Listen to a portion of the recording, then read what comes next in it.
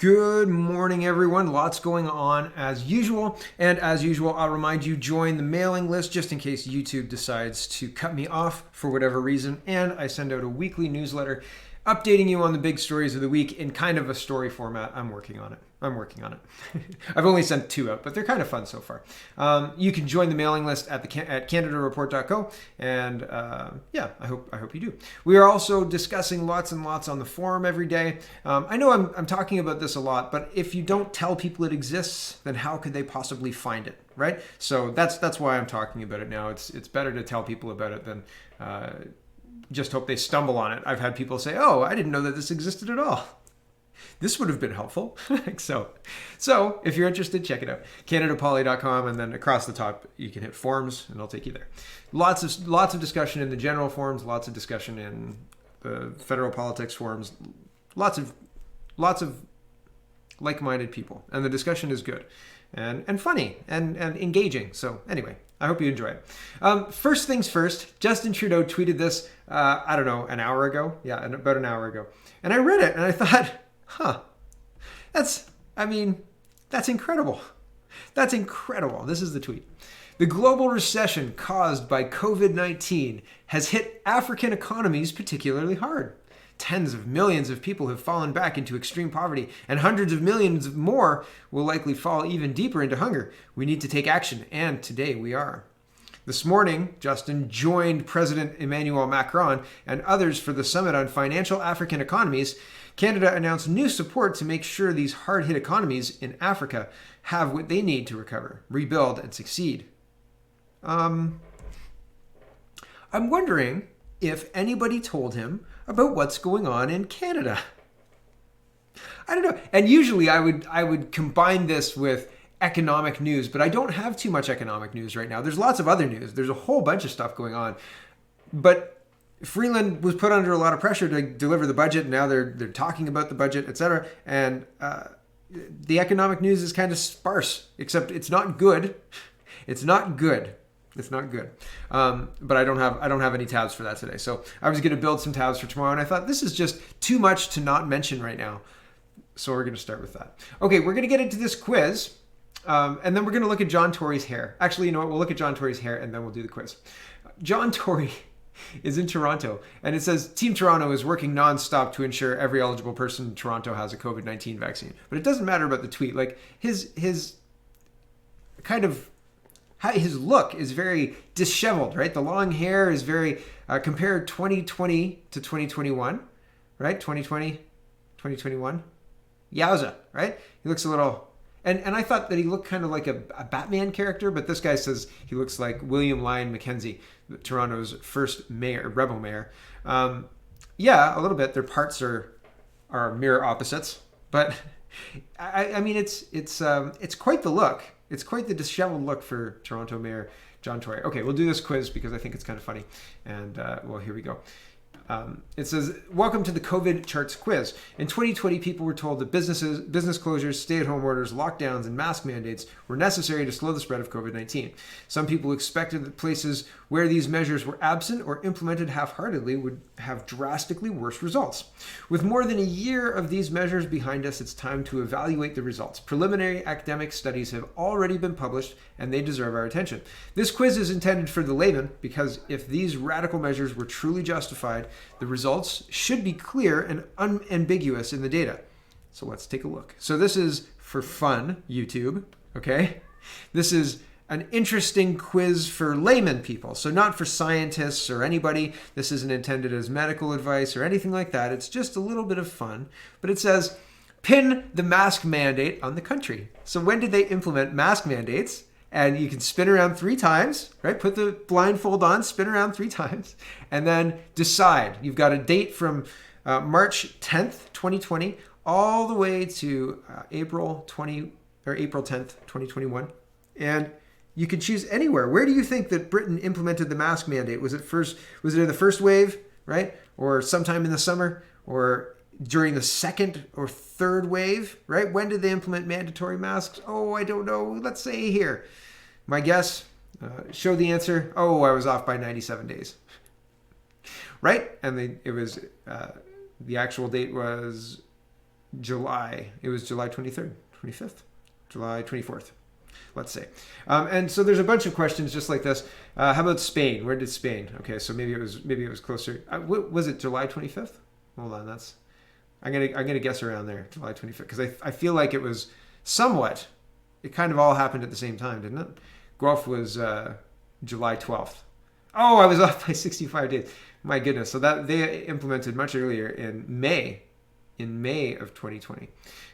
Wild. I didn't know that. Anyway, that's a fun quiz to pass around to your non-scientist and maybe scientist friends, right? Just see if they know, right? Based on the data, just on the data alone, can you figure out where the mask mandate was? I mean, you should be able to see the reduction in cases and the clear efficacy of the masks because they work so well and have been mandated for the year, right? So says everybody and all of the best science we've got in 2020, right? Interesting.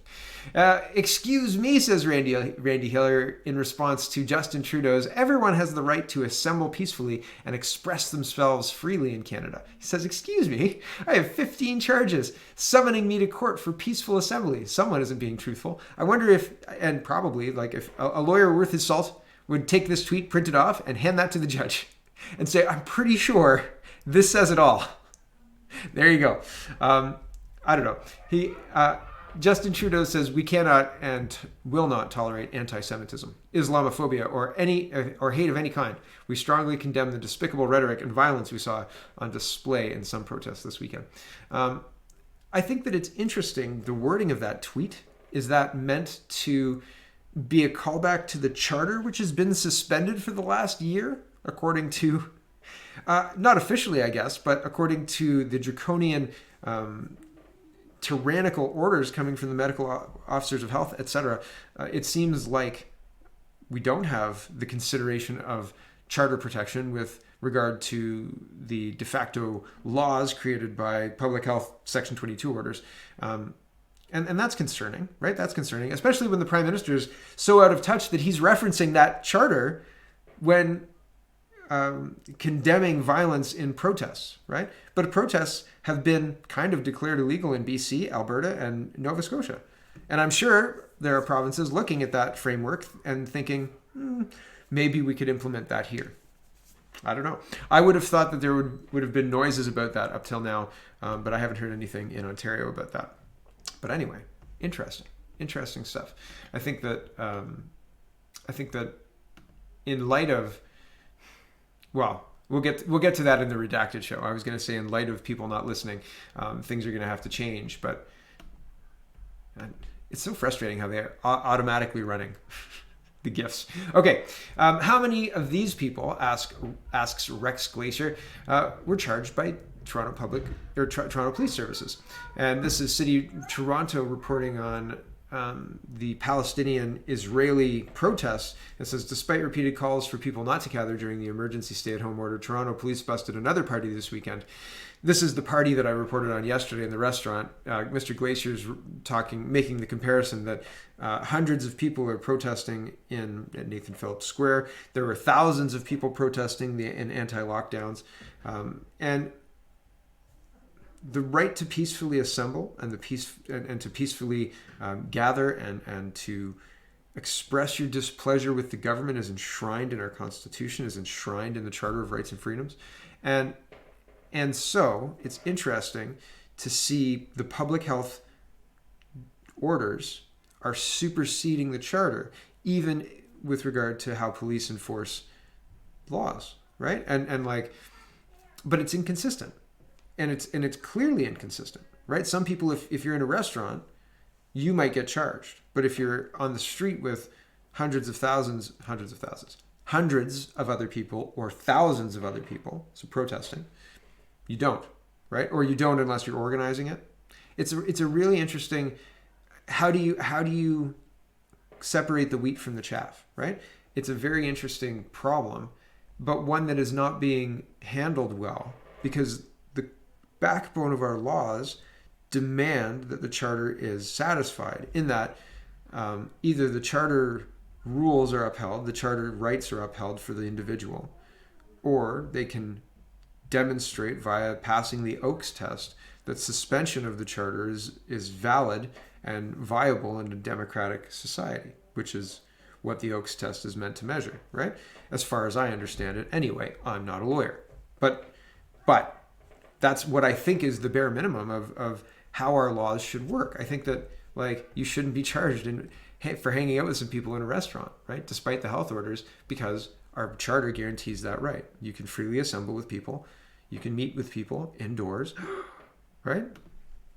It's unbelievable what's happening. So it's very interesting, and more the juxtaposition between the enforcement and the officers who are willingly enforcing things that go against the charter, right? So all of that is notable because the charter was designed to stop that, to handle that, right?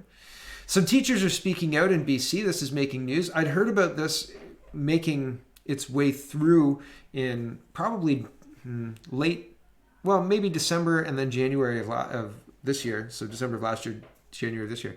And they were published in the newspaper, but then they didn't get picked up in the online versions, which is a sneaky trick, right? But now they got picked up in the online version. So they sent this to me on the 12th, and I missed it in my list, but here it is now. So, group of BC teachers calls for easing of pandemic measures for students. A group of BC teachers says the province COVID response is causing more harm than good to BC students. The group BC Educators for Human Rights, and there's a link there, issued an open letter to BC teachers on April 26th and called the response to COVID out of balance in relation to the children. Quote, "We feel teachers have relinquished the bond of their profession out of fear. Our risks are not as great as what has been identified." The signatories then asked BC teachers to join them. "We implore you to add your voices to ours. Teachers have a part in ensuring children keep the right to their mental and physical health." So feel free to read more. I'm not going to get into it just because YouTube rules. But I think that it's interesting that the reason I read it is because it's a more mainstream group of teachers demanding better of their education system, better of their board of education, better of the policies. They're fighting for their kids, right? Good for you. Good for you. This is how you do it. It's hard. It's not easy. And it takes organization, and it takes perseverance, and it takes pushing, and it takes calls, and then calls back, and then getting the no in writing, and making sure you say, can you sign that, your name and the date? Thanks. Just to make sure all the I's are dotted and the T's are crossed. Everybody can see this is how we treat our children. This is how we treat our students, right? Same with the elderly. You push, and you make sure somebody's accountable, and you make sure you know that they know that they're accountable, right? And then you'll get answers, right? If it's the person who's accountable, then they'll answer you. But if it's like, oh, I don't know, it's somebody, blah, blah, blah, get to the person who's accountable. Here is just a little bit of green. Canada is going on a green kick. They want the federal government and the provincial government are wanting to fund green cars, green battery-powered cars. And this is meant to reduce carbon emissions, reduce greenhouse gases, and it's meant to be the greener option. And we're told that we'll be saving money because we won't be putting gas into the cars. We'll just be charging them up via the grid, the electricity grid, which is not free, right? And is increasing in price quite a lot. And we don't have the grid capacity. Think about in the summertime, if you have brownouts in your area, or if you have media saying, don't turn your air conditioner below 26, we don't want to overwhelm the grid. Now add electric cars. Okay, Toronto? Figure that one out, okay? Our capacity is low. And I've had conversations with people who agree with me largely on a lot of other things, who disagree with me on this, and they think that the growth of electric vehicles will be in line with the growth of the grid. We won't feel it, is what they say. Maybe not. I don't know. I could be wrong.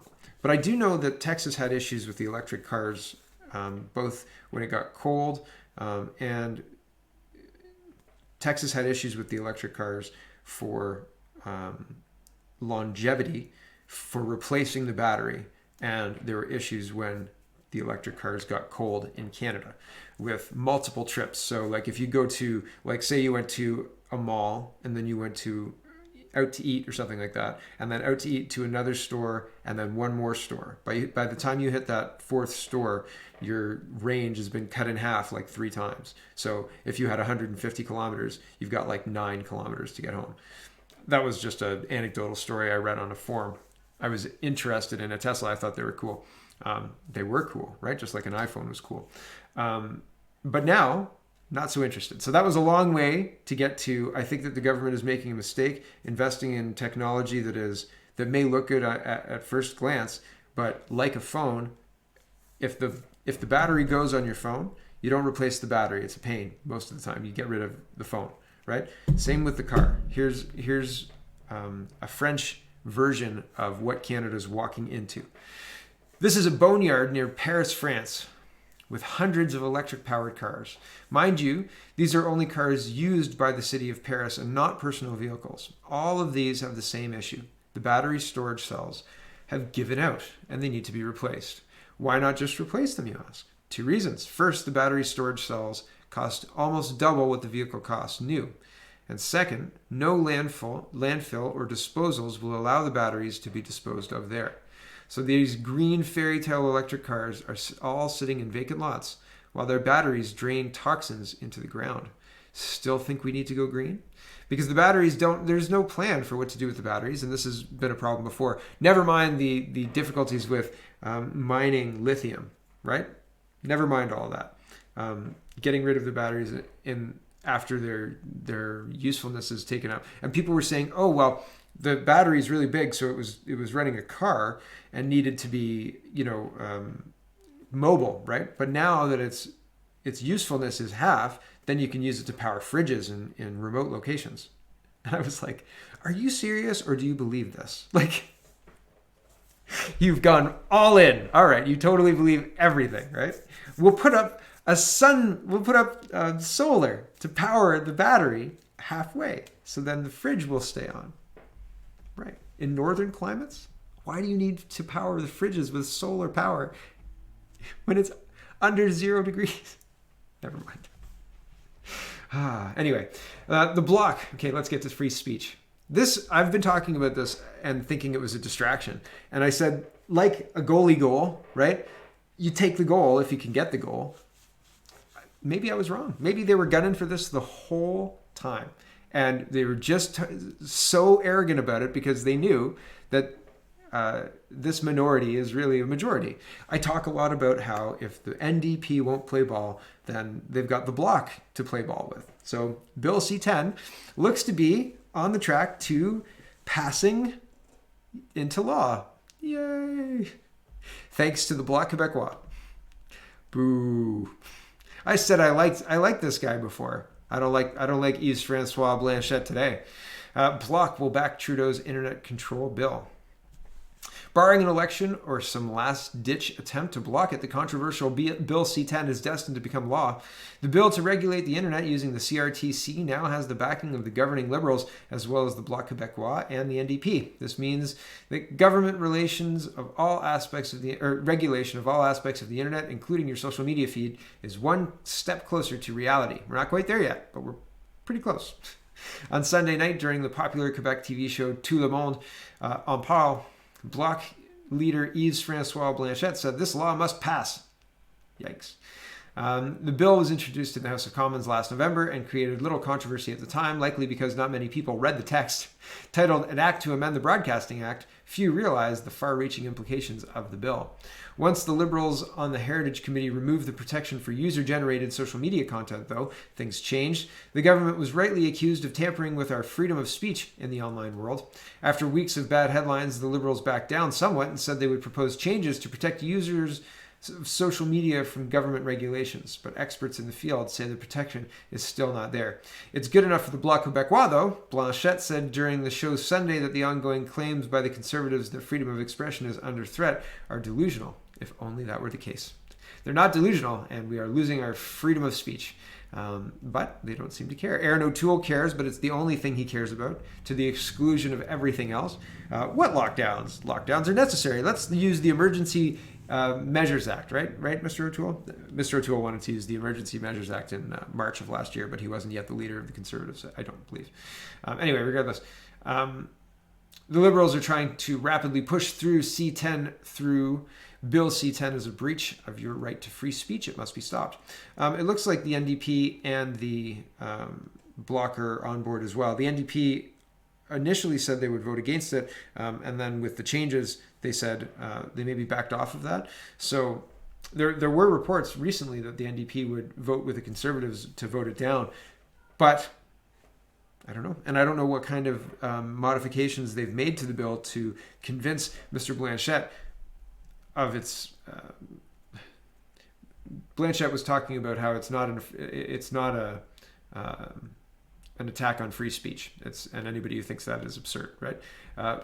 But that's the same line that Gallibo paid Gallibo's office paid internet influencers to push, right? That anybody who is against this bill was like a right-wing kook, right-wing extremist or whatever.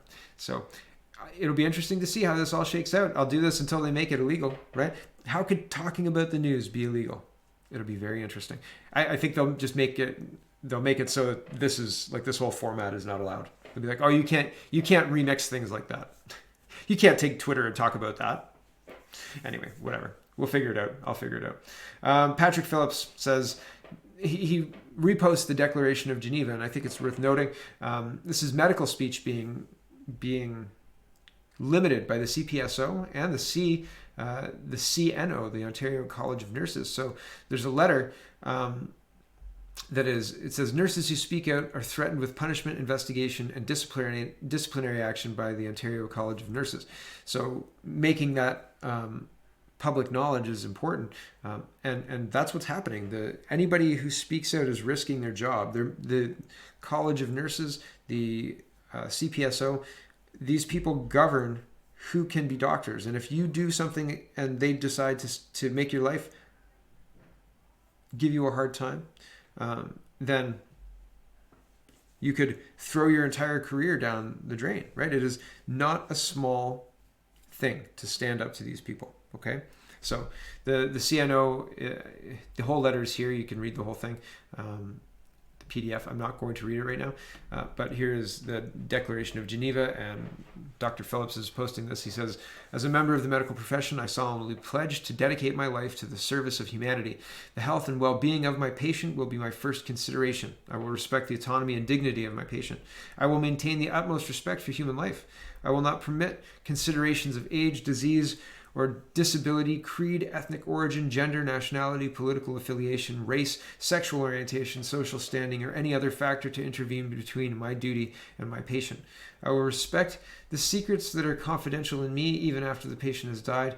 I will practice my profession with conscience and dignity, and in accordance with good medical practice. I will foster and honor and noble traditions of the medical profession. I will give to my teachers, colleagues, and students the respect and gratitude that is their due. I will share my medical knowledge for the benefit of the patient and the advancement of healthcare. I will attend to my own health, well-being, and abilities in order to provide care to the highest standard. I will not use my medical knowledge to violate human rights and civil liberties, even under threat. I make these promises solemnly, freely, and upon my honor. I think that it's interesting, and there's a correlation to be made with the vaccination rollout and the choices being made at the government level, like the NACI level, for instructions on how to use it, and instructions from the CPSO and instructions from CNO on speech. I think there's some kind of connection. You can lead that to your own conclusion, but I think that there's a connection, and I think that it is interesting what is happening with that, and we'll talk about that in the redacted part of the show. We're going to talk about lockdowns and reopening, and then we're going to get into the lockdown, or the redacted part, I guess. Let's see, nurses, lockdown. Okay. CFIB lockdowns don't work, says Roman Baber, but Ford Nation, Doug Ford, continues to pretend that they do to justify the health, mental health, and economic catastrophe that he's caused millions of Ontarians since early fall. Enough with junk science. MPPs must end this tragic charade. And Dan Kelly is saying, Michigan's situation debunks the argument that Ontario's lockdowns work. Here's the piece on that. This might be iffy on YouTube, but I'm going to leave it because whatever. Michigan's situation debunks the argument that Ontario's lockdowns work. The Ontario government and its medical advisors remain committed to the idea that blunt and broad lockdowns not only work, but are the reason why the situation is improving throughout the province. But some infectious disease experts in the province say evidence out of Michigan, which borders Ontario, calls the argument into question. The most important observation I would make is that their trajectories have been extremely similar to Ontario's, said Dr. Neil Rowe, an infectious disease physician based out of Oakville. They've had a third wave just like we've had. They have not resorted to the restrictions Ontario has, and yet they're also on a downward curve. Michigan has had more daily cases per capita than Ontario. Its experience with the rise and fall of its third wave follows the same timeline as Ontario. Rowe points out how the two jurisdictions have similar climate, latitude, and general population profile. How much of what we're doing is actually moving the needle, he asked. And while it's now become popular refrain to explain away the difference between Canadian and U.S. restrictions based on the idea that Americans are leaps and bounds ahead in their vaccination rollouts, the evidence also calls that theory into question. On Wednesday, Governor Whitmer celebrated how 55% of Michiganders had, by that point, received their first dose of a vaccine. Ontario is behind, but not by much, as the province currently sits at 45% vaccinated. There's no question that one cannot use the "they've had more vaccines than we have" line, says Rowe. The other thing there's no question about is that Ontario remains the most lockdown jurisdiction in North America with little to show for it. It's critically important that we ensure that we minimize collateral damage, says Martha Fulford, an infectious disease physician and associated professor at McMaster University. We're at a stage where many of our actions are causing more long-term harm than COVID is. For example, all outdoor spaces need to be reopened. They do not continue to contribute to transmission, and allowing people to take part in outdoor activities is necessary for health and well-being. Interesting, right? I scroll down a little bit. Ontarians who wish to listen to the experts might also want to consider how the medical officers in states such as Michigan have equal or greater credentials than the doctors they see on TV advocating for even stricter measures. So I think that that's kind of funny. If you want a second opinion and you want to hear for free what more credentialed doctors think, all you have to do is listen to the experts from the United States and bingo, bango, bongo. There you go. Depending on the clinical evidence, this is reopening.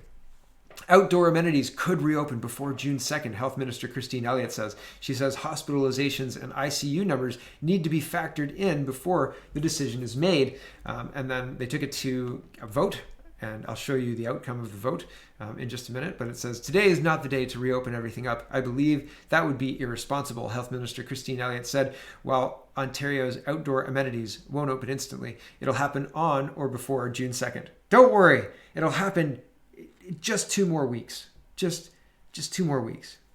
Do you believe it? Do you believe it? The thing is, people are just doing it anyway. This article's title is "The Ford Government has lost the public." The government has lost the people, but it doesn't let me look at it, so that's okay. Despite the stay-at-home order enforced by the Ford government, Ontarians filled the streets and parks over the weekend. Ontarians have had enough of lockdowns and have shown that they can make their own informed choices, right? Golf is not safe, but this, there you go. What are you going to do, right? Protesters. Here is the Ford government stands by the closure of outdoor amenities. Government House Leader Paul Calandra says that I can wait until June 3rd to play golf, and I can wait until June 3rd to play tennis. June 3rd, 2 more weeks, guys, just 2 more weeks. Before it was May 20th. And now, an interesting move of the battlefield. We're not talking about small businesses opening on June 3rd. We're talking about outdoor amenities like tennis and things that are being used by people already, because people are completely ignoring the Ford government and its stay-at-home order. So that's interesting to note that now the battle centers on outdoor amenities, not small business. Who fights for the small businesses? Who's fighting for them? CFIB, Dan Kelly? What has he done lately, right? How many meetings with Doug Ford and John Tory? How many meetings with mayors and Christine Elliott? How many meetings with Roman Baber, Mr. Kelly, right? How many meetings with Randy Hillier? How many meetings with lawyers talking about how to effectively have civil disobedience and to effectively deal with the bylaw officers that will make themselves apparent when you do that, right? How much support, Mr. Kelly? Who's fighting for the small businesses? Who's fighting for the rights of the citizen in Ontario? I can't find them. I can't find them. Roman Baber and Randy Hillier. That's it. That's it. The NDP motion to reopen outdoor amenities like golf and tennis has been defeated in the legislature. Yes, 21, no 63. And here's your yes and no's. So there you go. Very interesting. Very, very interesting. If you're interested, if your MPP is on that list, maybe give them a call and tell them what you think, right? Very interesting. 30% of fully vaccinated in UK versus 3.3 fully vaccinated in Canada. Canada is in lockdown with people dying daily due to Liberal gross negligence on providing vaccines, says Rex Glacier. A quicker path to normal. UK reopens at 30% vaccination while Canada waits for 75%. I think the 75% is like arbitrary. Where did they get that number? Why is it 75%? Herd immunity is much more complicated than I think a blanket number like that. Claiming that the 30% opening in Britain is due to vaccines is folly, I think. Is that borne out in the data? What data? Can we see it? Right? How do you come to that conclusion? Sure, Britain's had some vaccinations, but as we saw in Michigan's comparison, they're at like one dose vaccination is 55%. Is that fully vaccinated? Why are we even counting that? That's violating the manufacturer's recommended dosing schedule. We don't have any data on that. Why is that a valid, like, oh, they've got one shot in their arm and everything's open and everything's fine because of that 55%. So we got to get there. Was Michigan closed until it was at 55%? What about Florida? What about Texas? What about Sweden? What about South Dakota, North Dakota, and so on and so on and so on? There's so many questions that it's hard to take anyone's word for it that this, be it vaccine, be it whatever, is exactly the thing to do. Not to mention therapeutics, right? YouTube, right? YouTube, goodness me. Therapeutics, they don't get talked about. They don't get talked about at all, right? And so why not? Well, it's blacklisted on YouTube and Facebook and everywhere else. Therapeutics are. If you say the words of the drugs that potentially work and that other people are using. What happened to those India cases, by the way? Why? Anybody know? I know. The cases in India collapsed by 30%. Why? Therapeutics, right? So, but we don't hear about that so much, right? We don't hear about that so much. What are we going to do? I don't know. I talk about nudging, and this is an open letter to the British Psychological Society. It says, in a previous blog post, I described how psychologists working in government's behavioral insight team had recommended the use of covert psychological strategies, or nudges, to promote people's compliance with the draconian coronavirus restrictions. In particular, I proposed that the deliberate use of fear, infiltration, peer pressure, and feelings of self-virtue as ways of ensuring the general public's acquiescence with lockdowns and mask mandates was ethically dubious. I also highlighted how the promotion of psychological interventions that act subconsciously on the recipients seem to be at odds with the Code of Ethics and Conduct of the British Psychological Society, BPS, the lead organization for practicing psychologists in the United Kingdom. So the governing body of psychologists in the United Kingdom has guidelines that prevent them from doing what they seem to be doing to the public in the United Kingdom, and what they're doing across the West to the public across the West. Here's an example of a nudge in Canada, right? Here's Alberta Health Services with this girl here in a dress that was meant for her grade 9 prom or grade 9 grad. She says, it's a special occasion. I have the dress. I might as well wear it somewhere. It says Muriel Charleboy. I think I did better on that name than I expected to do. Okay. 15, who wore her grade 9 grad dress to get the COVID-19 vaccine. She remains hopeful about life beyond the pandemic. I think we're going to be stronger afterwards. We could build back better, you mean? It's propaganda. It's propaganda, in my opinion. A nudge, peer pressure, right? Equating the grade 9 grad dress, the feelings of accomplishment, the feelings of finality. You know, we finished it, we did it. Grade 9 grad equals vaccination, right? Oh, I had it anyway, right? It's It's tied. It's like an advertisement running a Beatles song that you recognize, right? And then you listen to the ad, well, because the Beatles song is in it, or replace whatever song. The weird hamster ad for the, what car company was that? With the fast hamsters and the dressed up as women. I was like, what is happening right now? I don't watch commercials anymore. Oh, I think it was, hold on. I think it was Kia. My sister had a Kia. And I said, have you seen the hamster ad? What is with the hamster ad? Okay, anyway. Church, and then we'll go over to Redacted. Oh no, we'll go over to Redacted now. If you saw that, you'll know why we're going over to Redacted. Okay, so thanks for watching, everybody. If you're just going to stop on YouTube, that's fine. Check out CanadaPoly.com, check out CanadaReport.co, check out SpeakingMoistly.co, and have a wonderful, wonderful day. Otherwise, if you're heading over to Redacted, we'll see you in a minute.